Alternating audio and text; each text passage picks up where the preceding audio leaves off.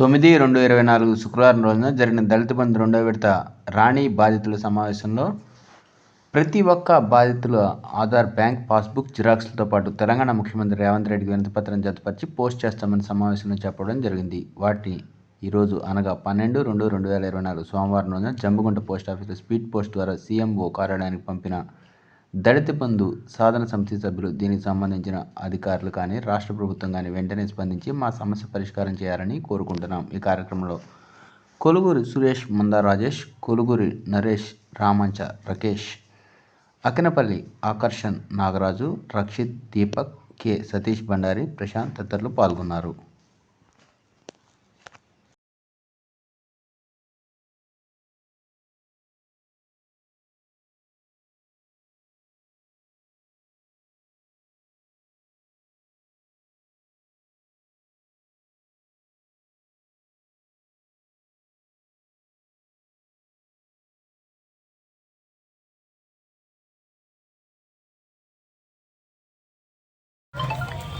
హుజురాబాద్ నియోజకవర్గంలోని రెండవ విడత రాని దళిత బంధు లబ్ధిదారులతోటి 9 తారీఖు అనగా శుక్రవారం రోజు ఒక సమావేశం నిర్వహించడం జరిగింది.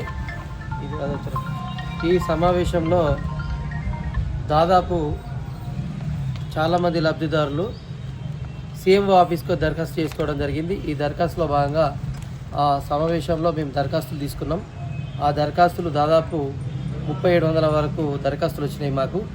ఆ దరఖాస్తులు మొన్న రెండవ శనివారం నాడు గవర్నమెంట్ ఆఫీస్ లేదు, నిన్న ఆదివారం నాడు లేదు, ఈరోజు అనగా సోమవారం నాడు ఈ లబ్ధిదారులు ఇచ్చిన ప్రతి దరఖాస్తును తెలంగాణ రాష్ట్ర సచివాలయం సీఎంఓ ఆఫీస్కు పోస్ట్ ఆఫీస్ ద్వారా పంపించడం జరుగుతుంది.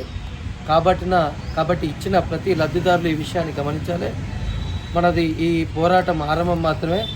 భవిష్యత్తులో తీసుకునే మిగతా కార్యక్రమాలకు మీరు సిద్ధపడి ఉండాల్సిందిగా మేమందరం కోరుకుంటున్నాం.